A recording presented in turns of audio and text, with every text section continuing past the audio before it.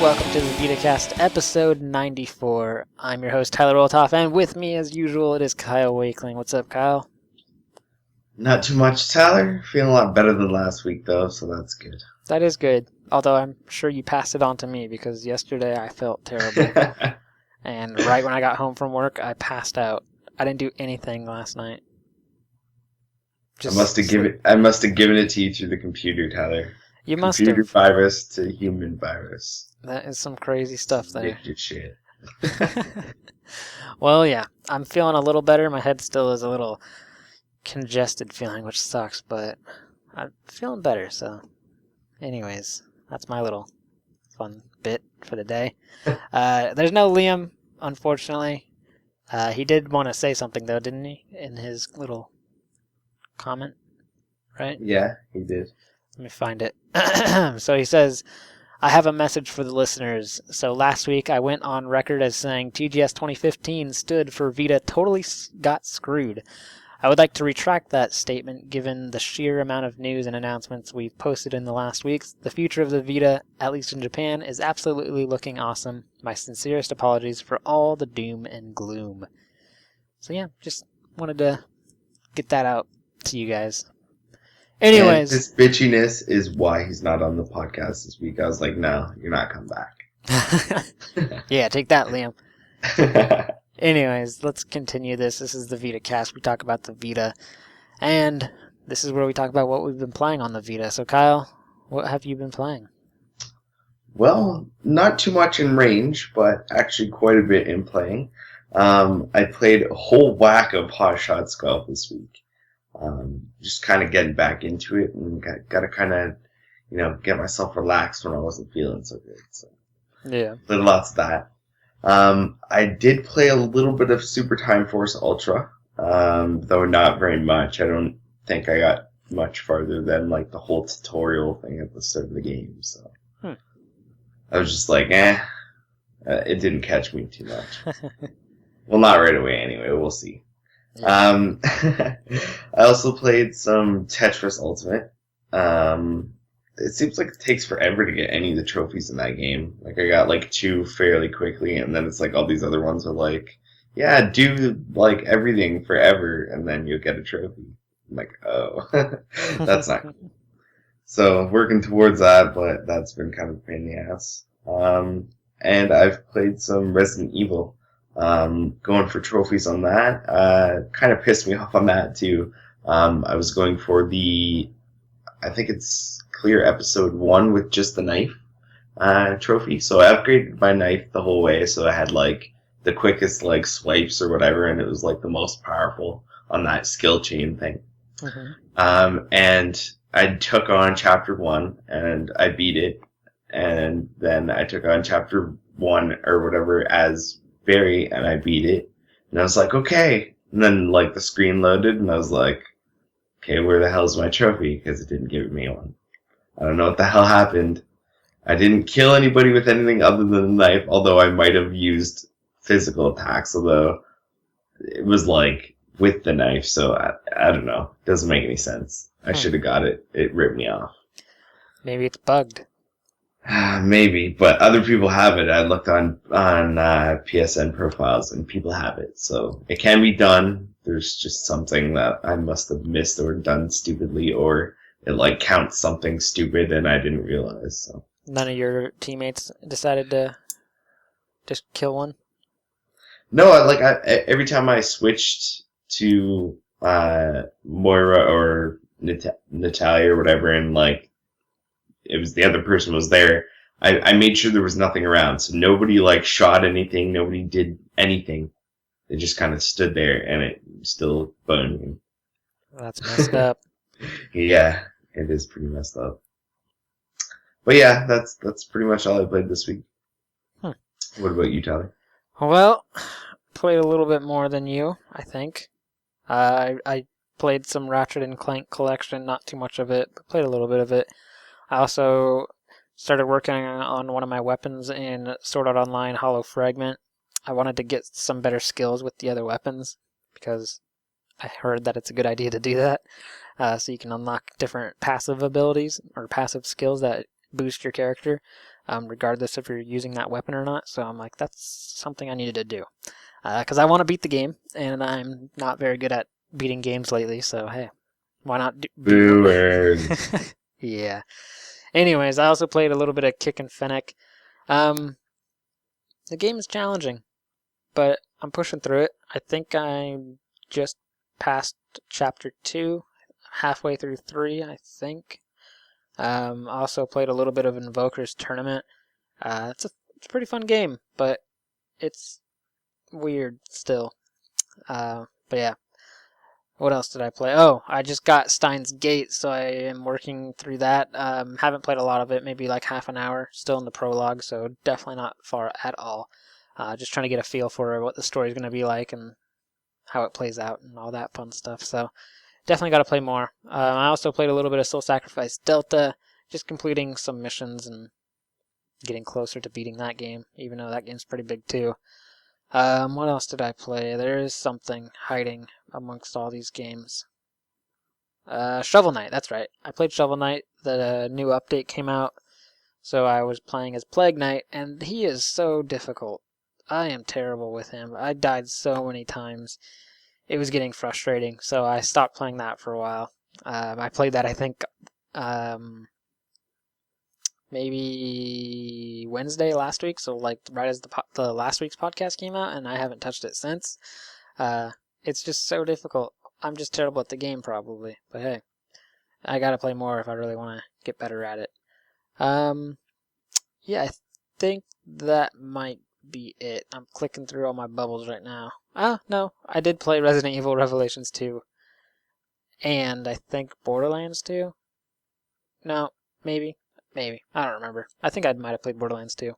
But I also wanted to mention something. Kyle and I were talking about this before we started recording, but I figured out how to change your pictures in the themes, and I'm not sure many people might know about this, but whenever you download a theme and put it on your Vita, the pages normally give you like different images. So like the recently released Persona 4 Dancing All Night theme gives you different characters for each page. So right now, whenever you put it on, you get the hero, like the main dude, you something, I can't remember his actual name.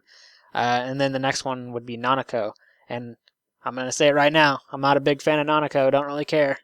She's adorable, whoop-de-doo. Anyways, I wanted to switch it out, and I was getting so mad because I was like, you can't switch them out. But you actually can. I did some digging, and it was actually pretty simple. If you just hold down the screen and go into edit mode, and then you click on the bottom right where it shows the images, so just how you would normally change the background, you'll see the theme can be touched. So you touch the theme, and then it will load all the images that you can use within this theme, which makes it to where you can customize the layout of each picture. And I had no idea about this, so if you're wanting to do that, there you go. Just a little tip. And if you have any other tips that you'd like to share with us and that we can share with the Vita community, please feel free to send us an email or on Twitter or anywhere you know how to get a hold of us. So I just wanted to mention that.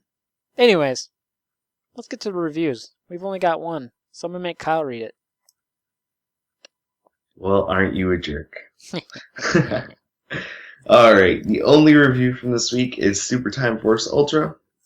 It was reviewed by James, and he gave it a 4.5 out of 5, and he says, Super Time Force Ultra is one of my favorite PS Vita games, with interesting and amusing characters, great gameplay, and some truly beautiful visuals and soundtrack. It is one of the best games on the system, and I assure you that it's a great way to pass the time. End quote. So high praise there from James. Can't say I necessarily agree so far, but I'm not that far in. What are you thinking, Tyler, on that one? I'm not that far either. I think I've only played what I did in my video, and then maybe 10 minutes more, because I've just been way too busy with other things, so yeah. We're all Super Force Ultra no time, Tyler. No time. Yep, exactly. It's just, there's so much to play right now, and I'm really trying to do a better job at completing games, so I don't know how well that's going to last considering Persona 4 Dancing All Night comes out next week, and I still haven't even beat Danganronpa another episode, and I just got Steins Gate all these really, really long games are just gonna destroy my time. So, yeah. Anyways, yeah. Read the full review to find out more about that game. That's one of the free ones, right? Yeah. Yeah. Yeah, it's free this month. So, I mean, if you got PlayStation Plus, go grab that and whatnot. Anyways, that is all the reviews we've got from this week. So let's jump into those new releases. And in North America, we are getting Heroes of Loot for $2.99. It is also on sale if you have PlayStation Plus for $2.39. Whoop-de-doo. We're also getting Mahjong Carnival for $5.99. Pumped BMX Plus for $9.99, which is on sale with PlayStation Plus for $7.99. And Rally Copters, which is $12.99. And I also wanted to mention that Persona 4 Dancing All Night theme is on sale right now for $2.99. Anyways, Kyle, what's happening in Europe? All right, Europe gets the Curve Digital Instant Indie Collection Volume 1. I don't know what it includes, but you're getting it. And it's at £17.99, €21.99, or Australian dollars 32.95. We're also getting Heroes of Loot, which is £4.39, €5.29, or Australian dollars 7.90. And Pump BMX Plus, again, £7.99, €9.99, or 14.95 Australian dollars. This one has a 15% additional discount for PlayStation Plus members if you've got it, so use that. And the last thing that released this week is Strike Solitaire and Strike Solitaire 2 bundle. It's out. I think that's a bundle. I don't know. Listen together. I think it's a bundle. It's out on the 24th, and it's £6.49, €7.99, or 11.95 Australian dollars. And that's all we have. All right. So that Curve Digital collection comes with the Swapper, Stealth Inc. 2, and Thomas Was Alone. Just There to let you know. So yeah, Kyle, North America, any of those you getting? Well, I'm kind of interested in Pump BMX Plus, but that price is kind of turning me off a little bit. And I'm broke, so that's not happening. It's only $7.99. Yeah, but I don't know, man. I was expecting a little cheaper than that. Really? It didn't look How much like was much. I don't know. How much was Ollie Ollie and Ollie Ollie 2? Shit, I don't know, dude. I think they're like 15, right? Yeah, but I would have paid that. True. I mean, Ollie Ollie and Ollie Ollie 2 are great games, and they proved themselves. So. Yeah. I just don't know. I'll have to hear about somebody's experience that I trust. Yeah, I tried getting a review code for my channel, but they replied saying, "Yeah, we'll get you one," but I never got one. So maybe it'll happen, Tyler. maybe. I don't know. It's only $7.99. I might decide to, but of course I'll buy it, and then they'll send me the code, and I'm like, "Are you kidding me?" Always. That's always what happens. Yep. So, anyways, yeah, for me, I was a little interested in Heroes of Loot, but it's just too many games, and Pumped BMX as well. I am interested in it, but too many games, and was kind of waiting on that review copy, so I didn't want to pay for it when I didn't need to. But I might, if I don't get a review code, I will definitely take a little better look at it, see if I really want it. So the other two games don't really have any interest in at all. But they don't look terrible. I'm not into the Mahjong type of games, and Rally Copters looks extremely challenging, and I'm not looking for an extremely challenging game right now. So, yeah. You want to head to the news, Kyle? Let's do that. Yeah. Sounds like a plan. We've got a bit here, so let's jump right into it. First up, the 2015 Tokyo Game Show has already brought a few awesome announcements for the Vita so far, and there doesn't seem to be any signs of stopping, especially with Square Enix, who appear to be delivering a ton of goodies. While they brought announcements on Dragon Quest Builders, to Yuki no Setsuna, World of Final Fantasy, and Saga Scarlet Grace to the Sony Computer Entertainment Japan Asia press conference, they have also announced that a remake of Game Boy title Final Fantasy Adventure will also be making its way to Vita. The game is set for launch this winter in Japan, though no further details have been given. Next up, it has been revealed this week that two upcoming Japanese titles, Moru Crystal and Mobile Suit Gundam Extreme vs. Force, will each be getting an English translation version to be released in the Asian market in 2016. If you're hoping to be able to play either of those titles via import, as they're not likely to release that here, it looks like oh my god, I can't read today. It looks like with a little extra wait, you'll be able to do so without the language barrier. Alright, next up. A hefty new update for the recently released Resident Evil Revelations 2 has been let into the wild this week, bringing some welcome new features, tweaks, and fixes. Version 1.02 of Resident Evil Revelations 2 has been achieved on Vita via a newly released 972 megabyte patch, the full details of which are as follows. Added Polar Bear Lodi costume for raid mode character Cypher, added Jessica costume for raid mode character Gina, added ad hoc raid mode, fixed friend invitation in raid mode, added support for additional buttons on a paired wireless controller, adjusted the brightness setting for a better horror experience, and as for the size post-install, it looks like we're only gaining 69 megabytes. Kyle, jumped from 3,824 megabytes to the only slightly larger 3,893 megabytes post-patch. That's palatable, we suppose, though the nearly 1 gigabyte patch download was certainly a pain in the ass. Wasn't it, Tyler? Wasn't it? It was. I actually had to delete something to download it. What bullshit. Anywho. Oreos. Don't worry, I'll mute my mic. Continue. Alrighty then, moving on. Summon 8.6 Lost Borders may be coming to Europe, if a recent Bandai Namco trademark is to be believed. Lost Borders was trademarked by the company recently, despite Bandai Namco previously stating that they had no plans for localization. However, you should take the news with a grain of salt.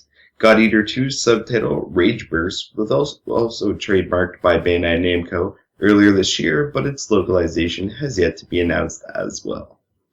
In other Summon Night 6 news, however, it has been confirmed in the latest issue of V-Jump magazine that characters from previous entries in the Summon Night series will be making a return in Summon Night 6 Lost Borders.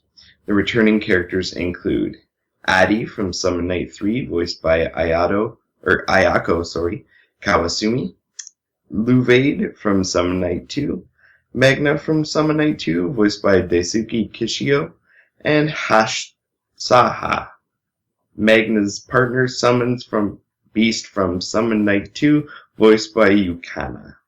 Summon Night 2 will allow you to have up to 8 characters in your party, although if this includes Summon Beasts, you will actually have up to 12 combatants. Set to launch on PlayStation Vita in Japan during the spring of next year, keep an eye on the Vita Lounge for more news on Summon Night 6 as and when we have it. Next up, Vita dungeon crawling RPG Rage Gigant gets a demo on the Japanese PlayStation Store. Its update has released and it's getting a sale, Bandai Namco announced. The demo is available now and features part of Ichiya Amikaze's chapter. If you do play the demo and decide to buy Rage Gigant afterward, your data will carry over. The free title update we detailed for you last month is also available now. And in addition, Bandai Namco announced a 20% discount sale for downloadable version of the game. The sale takes place from now until September 30th and will feature a discounted price of 5,331 yen compared to the original price of 6,684 yen. If you need some Rage Gigant ASAP, there's tons to be had. New details and media regarding Ikeni to Yuki no Setsuna were presented by Square Enix this week at the Tokyo Game Show via a live stream. A 90s-esque RPG with a modern twist, Ikeni to Yuki no Setsuna is set on an island where a ritual sacrifice is offered every decade to keep monsters at bay. One day, however, the monsters begin attacking long before the next ritual sacrifice is planned, and the ceremony is moved up in response. The sacrifice candidate is Setsuna, an 18-year-old girl with strong magical abilities, while you play as her bodyguard. Your job in the game is to keep Setsuna alive until you reach the location where she must be sacrificed, which promises to be no easy task. Featuring a world map that connects towns and dungeons, but won't feature battle, places such as towns can be mined for information by talking to villagers, and if you look really hard, you might even find treasure. In town there are also shops, and in shops you can buy items such as potions and ether, or if you need to run from battle, there's always the Miststone item. Speaking of battles, they only occur in dungeons and begin when you contact an enemy. Battles take place on the area map, and as such there's a seamless transition between exploration and battle. The battle system itself is the command-based Active Time Battle ATB system, where actions available include attack, magic, and item. At the bottom of each screen are the characters and their MP/HP reserves, as well as their ATB gauge underneath. Ikini Tsuyuki no Setsuna is due in Japan sometime in early 2016, with director Atsushi Hashimoto noting that the game will be out, quote, before it gets warm, end quote. Alright, next up, you'd think that your... Let's redo that. I'm just not having a good roll right now, Kyle. I can tell, Tyler. I'm over here laughing my ass off. I'm trying to adjust your audio while fixing mine while you're doing that, and it was not having a good time. But luckily I didn't mess up any of your audio. Well, good, because my audio is the important part, Tyler. Alright, anyways, let's continue. You'd think that if your game has already attracted a fair amount of criticism and controversy during its development, you'd set about fixing things behind the scenes and try to rebuild that confidence. Concept, the developers behind Mighty No. 9, don't seem to be able to catch a break right now with the upcoming Mega Man-inspired series, and we have recently learned that the trial version that was expected this month has now been delayed.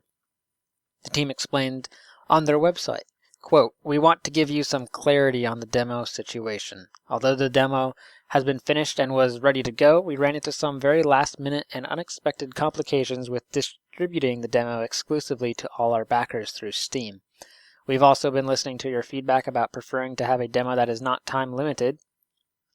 Given the complications with giving you the demo, we came to the conclusion that it would be better to make the demo DRM-free without any time restrictions. Because this demo is exclusively for you, our backers, we still needed to have a way to get the demo to each of you individually, and we've been looking into all the options. We're currently working with our partners at Humble Bundle to prepare the demo for delivery through their service. Unfortunately, this change in our plans means that the release of the demo is going to be slightly delayed, as we are currently working on retooling the demo for a DRM-free release. Concept and all our partners are working hard to get the demo ready in our backers' hands as soon as possible. We sincerely apologize for this delay, but we hope you'll like the resulting changes. We will keep our backers up to date regarding the release of this demo as soon as we have more information." End quote. The comments section seems to be filling up quite quickly with requests for refunds. Mighty No. 9 has already been subject to multiple delays already and is currently expected in 2016. A refund because a demo is delayed. Whatever.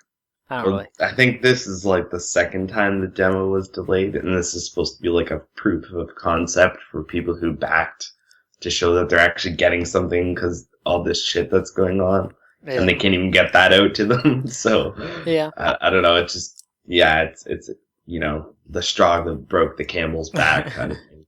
I don't even know. I backed this game. I don't care. I'm just waiting. You're patient. A lot of people are impatient. They're like, I paid for this. I want it now. You better give it to me now. And the guy's like, yeah, I'm still drawing these characters. Yeah, I have I don't know, maybe 5 games I've backed right now, and I don't even know if I could name them all. I just forget about them. And then I'm like, oh yeah, I get an email every once in a while. Backer update or whatever it is. Anyways, continuing on with the news. The free-to-play MMO action title Dynasty Warriors Online Z makes the leap to Japanese Vita accounts very soon. Set in the Dynasty Warriors universe, Dynasty Warriors Online Z has you create a character, grab a weapon, and jump in, battling others, both CPU-controlled and other players, roaming around the world and leveling up like any other MMO. It follows the same battle system style as the regular series games and has both campaign and melee battles for you to participate in, though campaign battles are held weekly to fit with the MMO theme. Currently available on PlayStation 3, PlayStation 4, and PC, the game is now set to hit our favorite handheld with the usual Vita tweaks, via the Japanese PSN, a release window of November given for now. Next up, Konami has announced at the Tokyo Game Show that the newest entry in the Jikuyu Pro Baseball series will be coming to the PlayStation Vita in spring 2016. The latest entry in the series has not been given a title as of yet, though it will release on the Vita as well as PlayStation 3 and PS4. We'll update you when we hear more. Alright, moving on. It has been confirmed that Square Enix is porting Star Ocean Second Evolution to the PlayStation Vita. The news comes from Star Ocean 5 producer Shuji Kobayashi, who revealed that the port was coming to both Vita and PlayStation 4 during a Famitsu Channel Tokyo Game Show 2015 broadcast. Although no release date was mentioned, Kobayashi has said that the release isn't that far out. The role-playing game is a port of the PSP title with the same name, which itself is a port of the PS1 title Star Ocean Second Story. Port or not, I'm sure if it's good, we'll have no issue with that.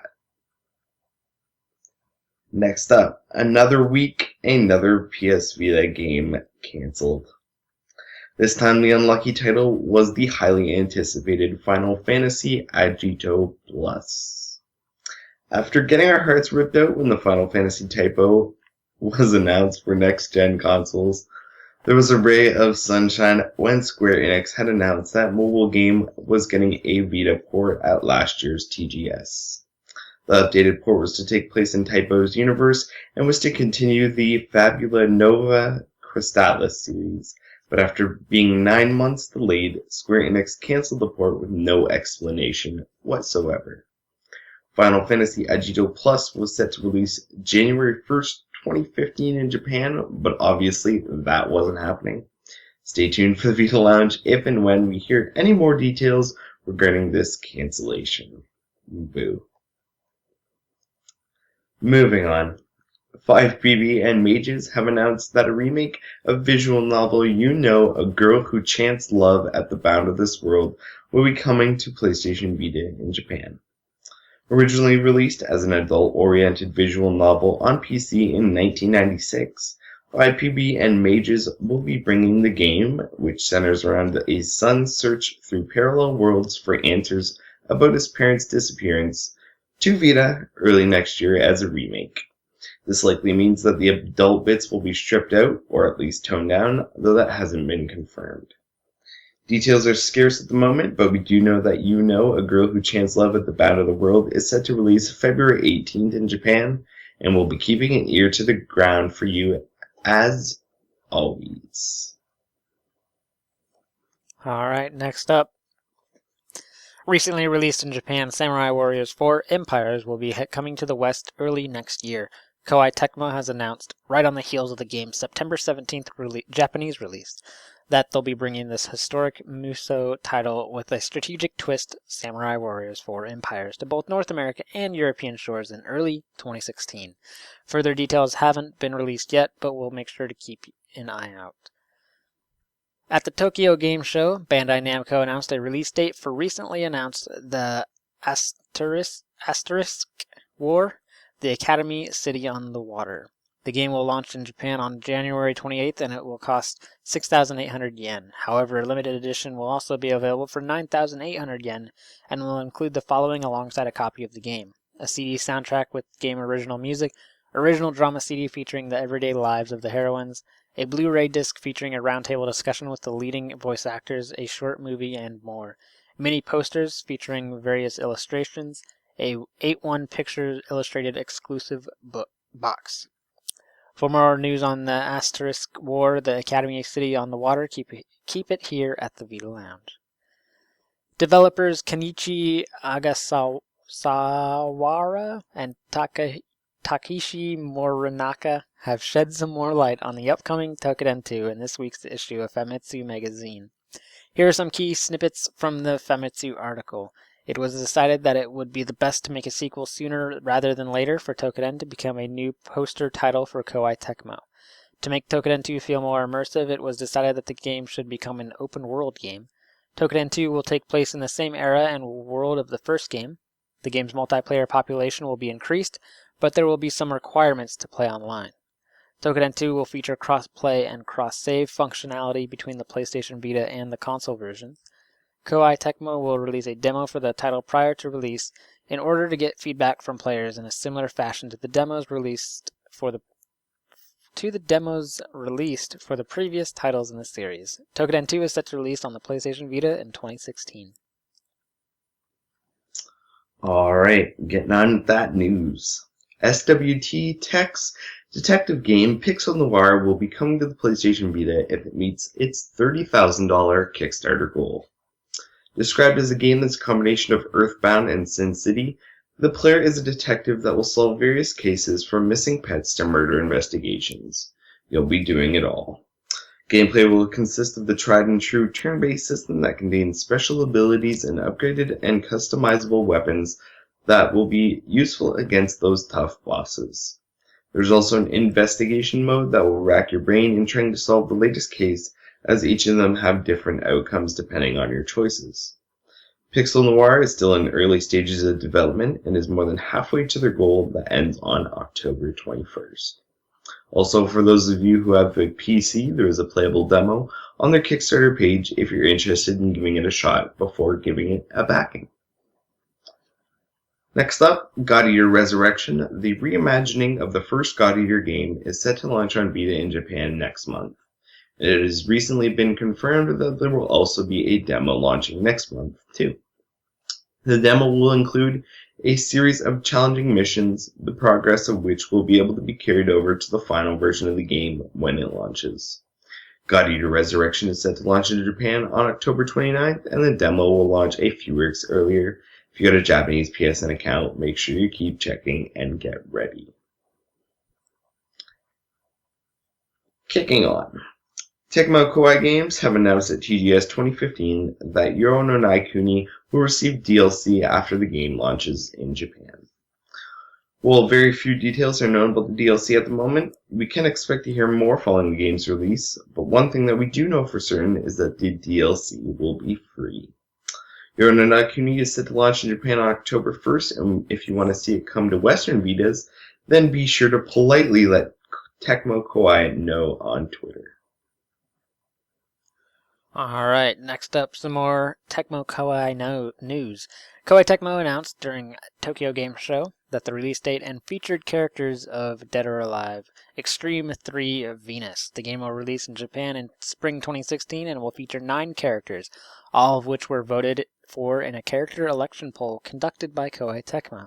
Featured characters are Marie Rose with 17.6%, Honoka 14.9%, Kasumi 12%, Ayane 8.4%, Kokoro 8%, Nyotengu 7.6%, Hitomi 5.9%, Mamaji 5.1%, and Elena 4.9%. Additionally, there are plans for Honoko to have a Vita first print costume. For more news on Dead or Alive Extreme 3 Venus, keep it tuned to the Vita Lounge. Rising Star Games has announced that, in partnership with they'll be bringing Lumo to Vita early next year. Molded from the mind of Gareth Noyce, former co-founder of Ruffian and current head of Triple AAA! Is that really what it is? Yes, it is. Okay. Anyways, AAA. Lumo is a unique take on the isometric adventure game, but at the same time a love letter to the golden age of British game development. It features over 400 rooms, tons of secrets and puzzles, and a plethora of nods to the day of gaming past. But most of all, Rising Star wants it to be the first great game of 2016. Will that be the case? Only time will tell, but at least now we know what to wait for, right? It would seem that Square Enix are trying to remain tight-lipped about their upcoming PS Vita JRPG exclusive Saga Scarlet Grace. At a stage show at TGS 2015, the publishers announced a few small details of the game, including that your party will be able to have 5 members at one time, but other than that, they only showed just a slight glimpse of the game in action. Saga Scarlet Grace will launch in Japan in 2016 and will be sure to lift the lid off the title as soon as Square Enix do. Alright, home stretch here, guys, home stretch. Bandai Namco have revealed the release date for upcoming Vita JRPG Seraph of the End, The Origin of Fate, and it turns out that Japanese fans won't have to wait too much longer. The game will arrive in stores on December 17th for 6,800 yen and will come with first print bonus of theme download code, a cast talk, and a digital illustrations gallery. Next up, Bandai Namco announced the release date for Idolmaster Must Songs Red Board and Blue Board at Tokyo Game Show 2015, along with some other details. Music fans will be able to get their hands on the games December 10th in Japan, and each will cost 5,700 yen at both retail and download. However, only first print retail copies will come with a Vita downloadable theme, each version having a different one. Well, at TGS, Bandai Namco also revealed the soundtrack for the games. Each will feature 40 songs. Redboard will have the first half of the songs from the Idolmaster series' 10th anniversary, while Blue Board will have the latter half. Vita collectors beware, you'll need them both to have caught them all. And our last real piece of news. Koei Tecmo have taken to both the European and North American Twitter accounts to announce the release dates for Dynasty Warriors 8 Empires in the West, and it's fantastic news. Previously, we brought you details on the Japanese release date for the PlayStation Vita version of the Empires, which has been set for November 26th. Well, hold on to your seats, Dynasty Warriors fans, as Koei Tecmo's announcement may just send you flying. Koei Tecmo America tweeted, quote, Dynasty Warriors 8 Empires is coming to PlayStation Vita on November 24th, not October. While Koei Tecmo Europe tweeted, quote, Dynasty Warriors 8 Empires is coming to PS Vita on November 25th, 2015, end quote. That's right, both Europe and North America Vita owners will be getting their hands on Dynasty Warriors 8 Empires before the Japanese release, with the game being a digital-only release in the West. Not only is this great news in general, it also highlights Koei Tecmo's dedication to bringing their top titles to the West. The PlayStation Vita version of the game will include all previously released DLC, touchscreen support, a brand new co-op and ad hoc mode, as well as crossplay with both crossplay and crossplay. I'm assuming one of those is crossplay with both PS3 and PS4 versions. The wait begins, but thankfully it's only 2 months here in the West. And that's the news, but as this is TGS week, I thought we'd also have a rundown of the trailers you might have missed. We had trailers or gameplay footage of some kind from Attack on Titan, Crow's Burning Edge, Urarei Ramono, False Mask, Killing Bates Fighter, Digimon World Next Order, Tokyo Ghoul Jail, God Eater Resurrection, Odin Sphere Leaf Thruster, Punchline, Dengeki Bunko, Fighting Climax Ignition, Exist Archive, The Other Side of the Sky, Dragon Quest Builders, Digimon Story Cyber Sleuth, Zodiac, Orcanon Odyssey, Yorona Kuni, Tokyo Xanadu, Bad Apple Wars, Steins Gate Zero, Darius Burst, Chronicle Savior, Ikinid, Tuyuki no Setsuna, Persona 4 Dancing All Night, and Pump BMX Plus. So lots of new stuff there to look at. If you missed it, I'd advise you go over the last week if you've not been keeping up regularly, as there's just been tons of shit. Well, alright. There's a lot. We should probably go to the next thing, right, Kyle? Yeah, that sounds like a plan. So moving on, we move on as usual to talking points and announced release games we're looking forward to from the week and what looks good, Tyler, and all that goodness. Oh, man. Well, Square Enix has been doing some stuff. A few of their games are looking interesting. That Star Ocean game, that other game, Saga Scarlet, I think. I like RPGs and what Square Enix does, so those are on my radar automatically. What else here?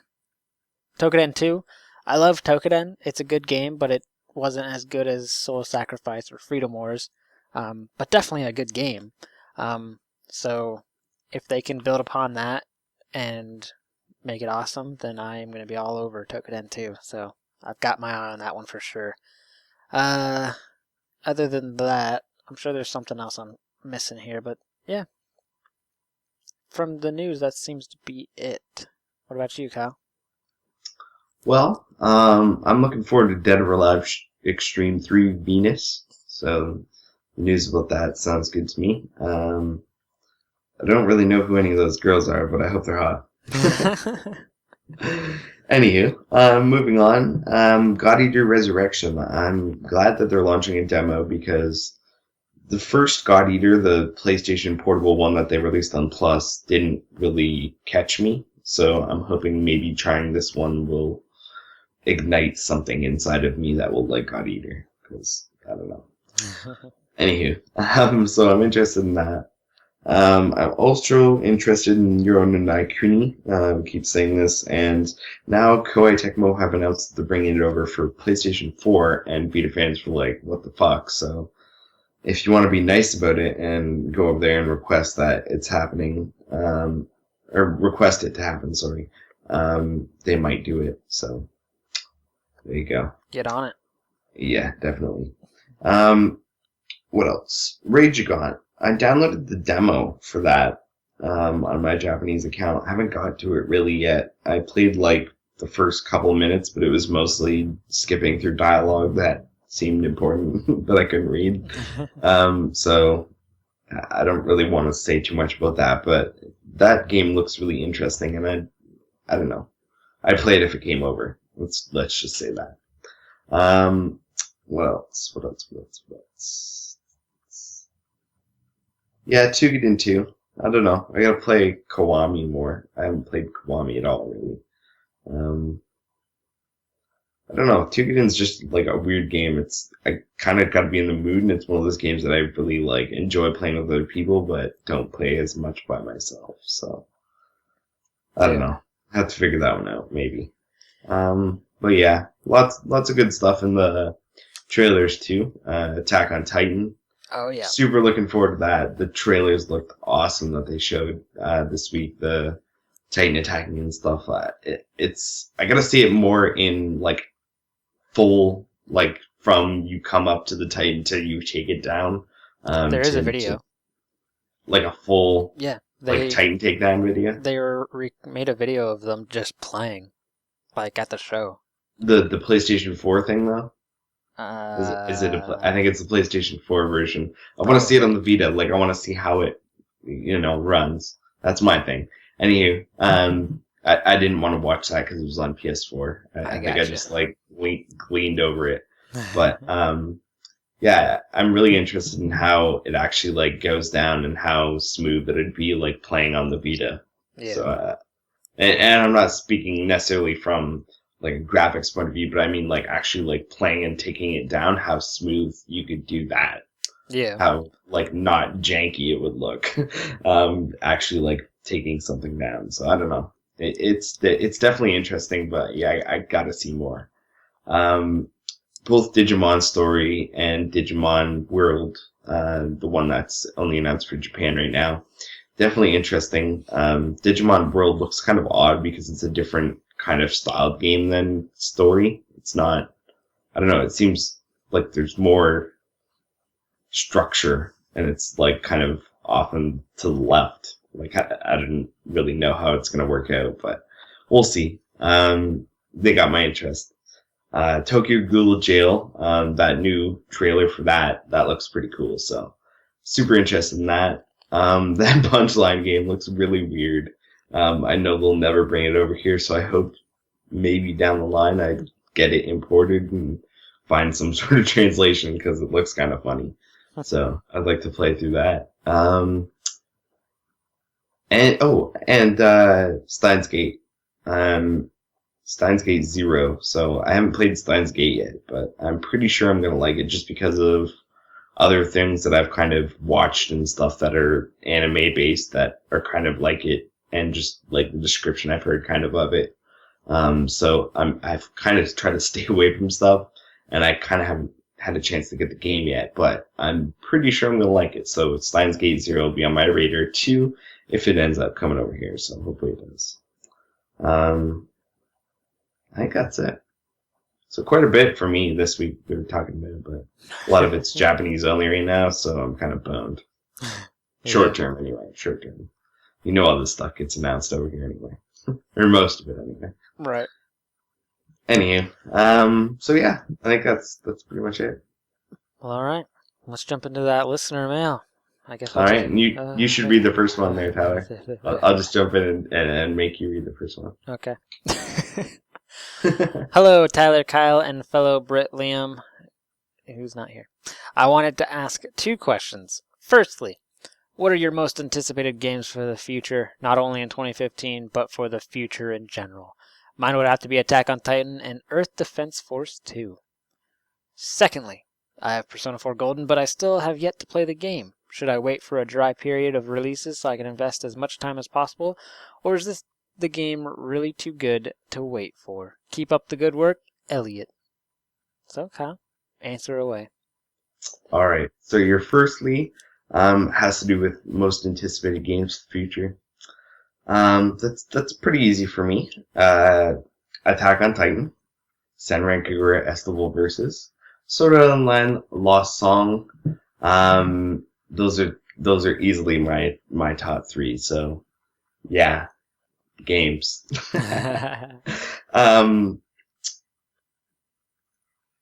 As for the Persona 4 Golden question, dry period of releases.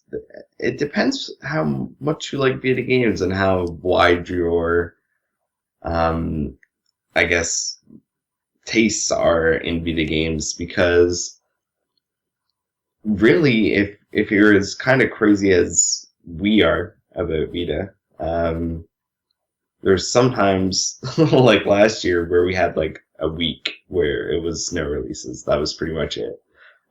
So yeah, I'm not sure that there's necessarily going to be a dry spell for you to play it in, and it's a really good game. So I'd say just play it now. And why haven't you played it already? Yeah, I think that's my answer. What about you, Tyler? All right, for your first one, Persona 4 Dancing All Night. Super excited for that. Next week, yo! Corpse Party Blood Drive. Don't really know too much about the Corpse Party games, but it is looking interesting. Also, these are in no particular order. I'm kind of interested in that Earth Defense Force 2 game. Kinda. I'm not really sure yet. Of course, Attack on Titan. Oh my gosh, I'm gonna be just... the days are gonna go so slow when I figure out when I can get my hands on it and just rub it all over my face. Anyways, I got a little weird there. Yeah, a little. Also, Legend of Heroes Trails of Cold Steel. Really looking forward to that game, and yeah, there's plenty of games I'm excited for, and I'm just gonna go with what Kyle said on the other one. That was pretty much what I was gonna say. So, just play the game. It's so good. It's so good. And then maybe you'll want Persona 4 Dancing All Night. So then there you go. You've already got another game lined up. No dry spell. Anyways, thank you, Elliot, for your question. Let's head on to the next one. Take it away, Kyle. All right, this one's from Marty at Gus_888 at Twitter. And he asks, how do you feel about PlayStation Mobile being fully down? And then he notes, I haven't switched to my Japanese account since. What do you think, Tyler? I'm over it. I don't really care anymore. But actually, no. I think I deleted my PlayStation. Now I gotta check. Did I get rid of them? I can't remember if I actually just finally got rid of them. Nope, I still have 2 PlayStation Mobile games. It still sucks, but I mean, I haven't thought about it in a long time, actually. So I mean, I'm whatever about it now. What about you, Kyle? Alright, so I'm of 2 minds. First mind is my own mind and what I think about my own situation. And that's fuck PlayStation Mobile. The only thing I really, really enjoyed on there was Haunt the House Teardown. And to be honest, I've played it enough. I can live without it now. But as for it shutting down in general, I think that's kind of balls to people who are, bought all these PlayStation Mobile games, especially like other, review sites. I know Vita Player bought a lot of those games to get some reviews up for PlayStation Mobile, and that would just suck if, I wrote all that stuff or something like that, and then it was like, oh well, none of this matters now. Yeah. Like, oh. So I'm kind of glad we didn't get too much into that at the Vita Lounge. And it kind of makes me feel sad for people who did, and people who bought a lot of them and, do stuff that would jeopardize, them staying on your Vita, like switching accounts or, hey, even dropping in something happened or whatever. All right. So yeah, that's my opinion. Two opinions, kind of. Well, all right. Thank you, Marty, for your question. Next up, we've got the usual non-skippo questions, so let's get right into it. Thoughts on this idea? Which categories should exist, and would TVO compete? Now, that's really confusing because you have no context to what I'm saying. But anyways, it is a inaugural Gaming Journalism Awards. So, Kyle, answer that real quick. All right. So it looks like the Society of Professional Journalists is potentially hosting their first ever Video Game Journalism Awards.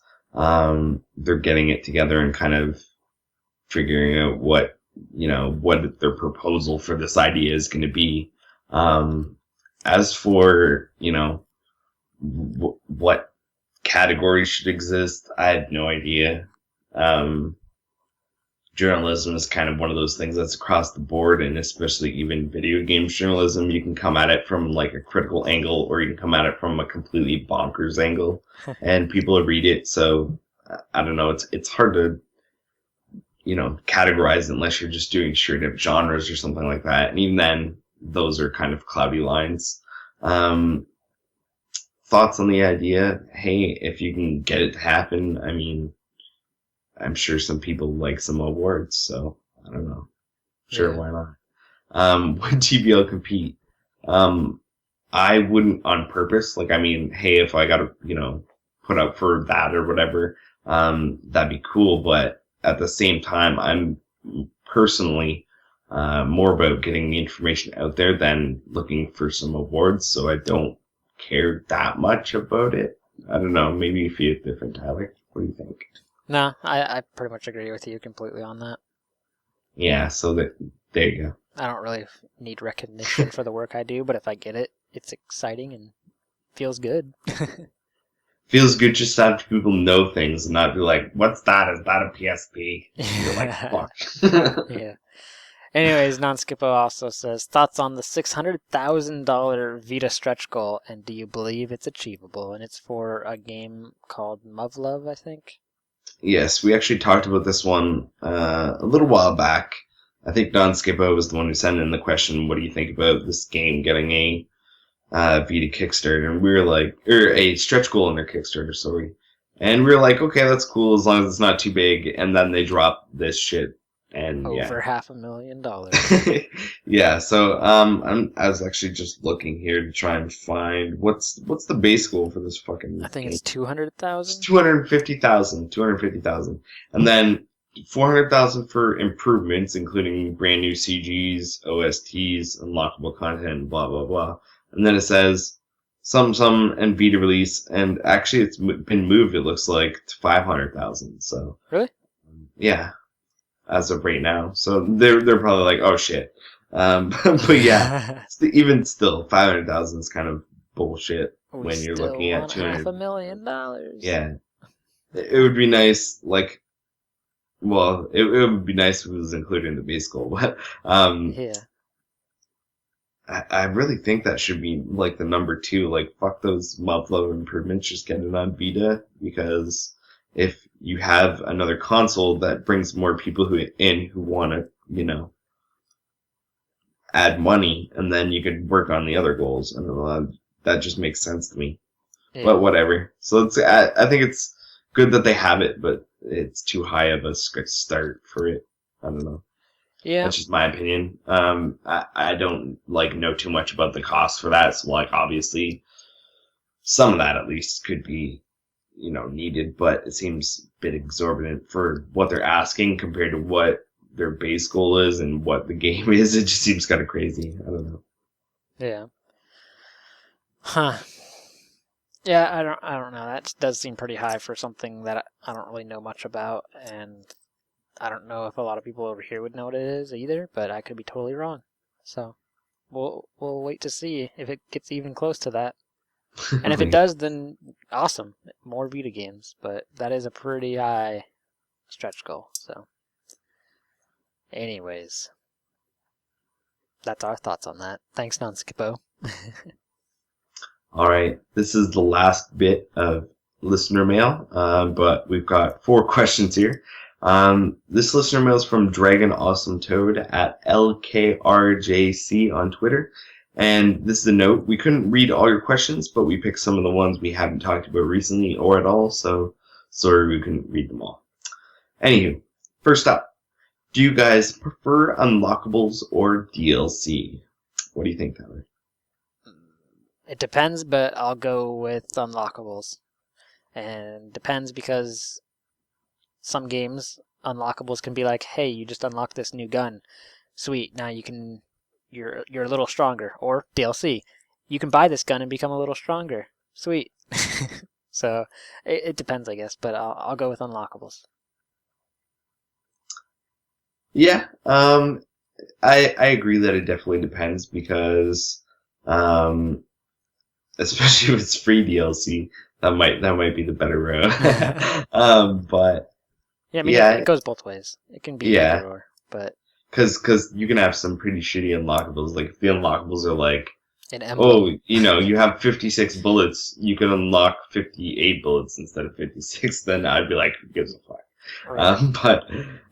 Yeah, so it depends on context, but I think definitely unlockables just because it's readily available. You don't have to do anything extra to get it. So DLC, you actually have to go to the store, and some people are like, I don't know what that is, and don't, use shit. I don't know. It just seems easier. So easier is always better. There you go. Moving on. Next question. If you made the Vita, what would you have done differently? Tyler, what would you have done differently? I would have added either, if I couldn't do both, either clickable analog sticks or R2 and L2. That's it. Cool. I like it how it is right now, but those extra input features would drastically change things, I think. Cool. You sound so enthused. Cool. Cool. Not things I want or care about, Tyler. Okay, then, like, Kyle, you manufactured that thing. You wrote the plans down. What'd you yep. add? I wouldn't Or add what'd you do anything. differently? What I would do differently is advertise the fucking thing. You'd what? Advertise the fucking thing. See, that's what I was gonna say, but he was saying made, so I was like thinking of like the actual. Yeah, if look I of it. made the Vita, I wouldn't do anything differently. I'd be like, sweet, I made an awesome product, just like Sony did. But I'd be like, okay, now let's advertise it instead of just been like, well, we made this, now let's put it in the corner and not talk about it ever again. Okay, all right, touche, Kyle, touche. There you go. All right, that's good. Next question. All right, next question. If Phantasy Star Online 2 came to the West, would you buy it? Would you buy it, Holly? Yes. Would you buy it? No, and here's 2 reasons why. Isn't it free? First, yeah, I think it's pretty sure it's free digitally. And second, I don't really care. It's one of those games that, like, when it came out in Japan, they were like, people were kind of going crazy or whatever, and they're like, oh, we can get on it with like English servers and blah blah blah. And I'm like, yeah, well, I'm playing other games, so who cares? Yeah, I tried playing it on my Japanese account, and it was the worst trying to figure that all out. And I only played it for a little bit. And it was fun, but I didn't know what I was doing, and I couldn't read anything. So Yep, you're one of those people caught up in the hype, Tyler. I played it for like one day, and was like, it's too much. Can't do that. Too much. Anyways, next question. All right, last question. What's your favorite feature about the Vita? I don't really know. I think I'm gonna say something kind of lame, but I'm just gonna go with its portability. It's just a really good console that I can bring with me anywhere I want to go. That's my answer. I'm sticking with it. It's a good answer, Tyler. That's probably the answer I would have picked. Had you not picked it, because you're a jerk. But other than the portability, the best feature I think is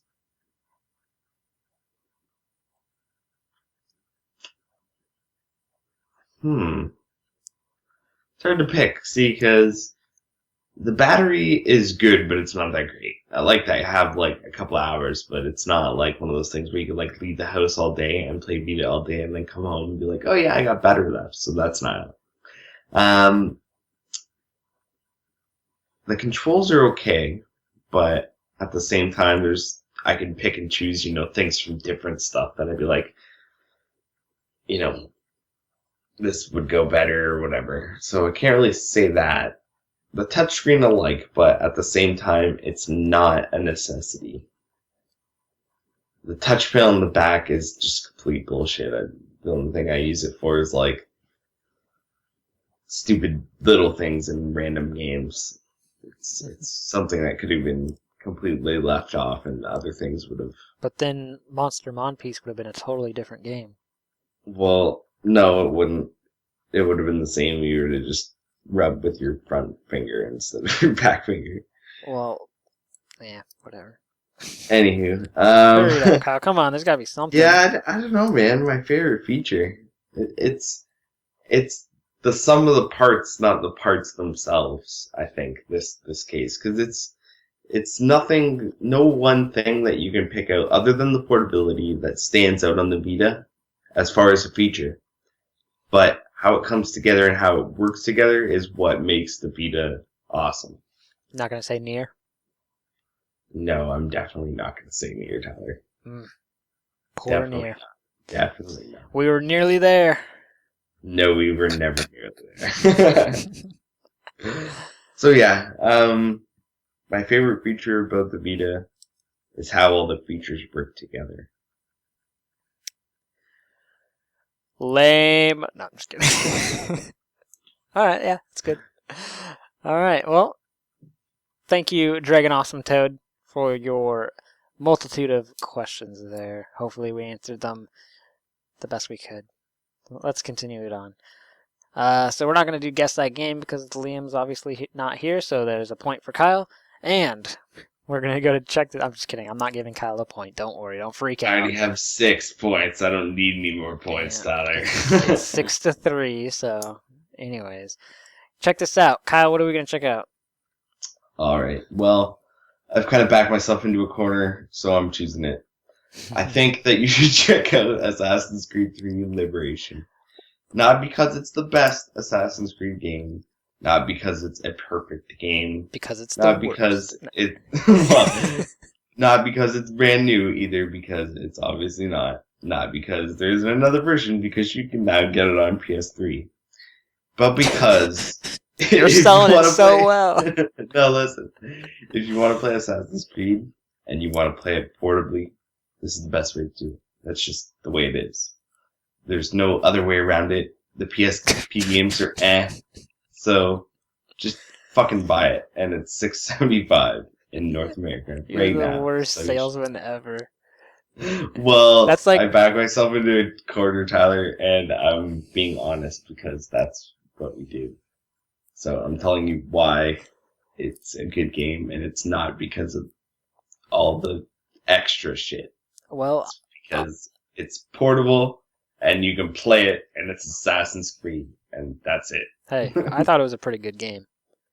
It has its problems, but it's good. It's a good game, but it's not standout. It's if you want to play Assassin's Creed and you don't want to sit in front of your TV, this is the way to do it. But it's not preferable to Assassin's Creed on your TV. It showed a lot of promise at what we were hoping would be the future. It was a good base. Somebody should have went back and worked with it. Let's put it that way. Yeah, and didn't it sell considerably well? Yes, it did. Not counting the PS3 version that was remastered, just the Vita version alone. we don't count shit like that. Yeah, so, which is pretty upsetting that they haven't jumped back in it and continued her story. Yeah, I don't really give a shit about her story. They should have just made another Assassin's Creed. All right, Kyle. Anyways, go check that game out. If you haven't played it yet, it's a fun game. Threads to look out for. Kyle, what are we going to look at in the threads? All right. Well, first of all, we have you ever dropped your Vita? So recent joinee of the forum, we'll say, but very active. Sony, not the actual Sony, but some guy named Sony, started this poll, and it's pulling a thread. So feel free to reply or just cast your vote.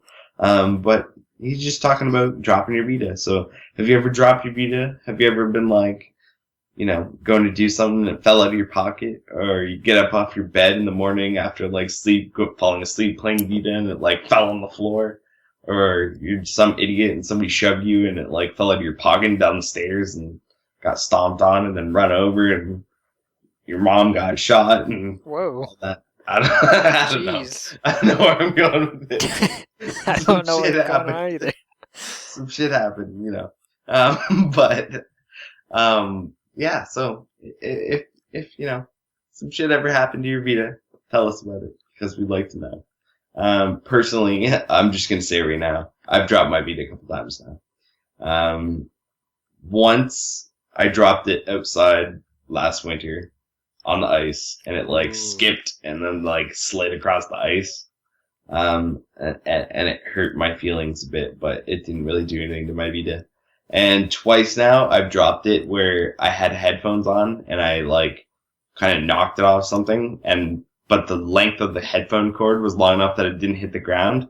But then at the end of the like pull or whatever, it pulls loose and just like sort of tumbles not very far. But every time it's done that, it like screws up the memory card. So I'm like, and I've done it a whole bunch of times while I was playing games, and I was like, couple of hours into it, and I just drop it, and there goes all my gameplay. So yeah, I have dropped my Vita. I haven't done any real damage. There's a couple like little nicks in the plastic or paint or whatever the hell that is on the outside, and I have a minor, not very noticeable scratch on the front screen. But yeah, shit happens. It does. Yeah. Have you ever dropped your Vita, Tom? Oh yeah. I cried. You cried? I didn't actually cry. When I got my capture Vita, I was like babying it and it slipped and hit the floor and I was like, no!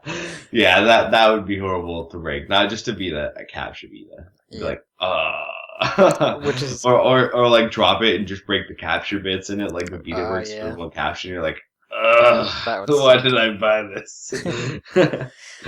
Yeah, I'd probably take it apart and try to resolder it or something. And then it wouldn't work at all. Well, you gotta do something. It's expensive. Anyways, next thread, Kyle, what is it?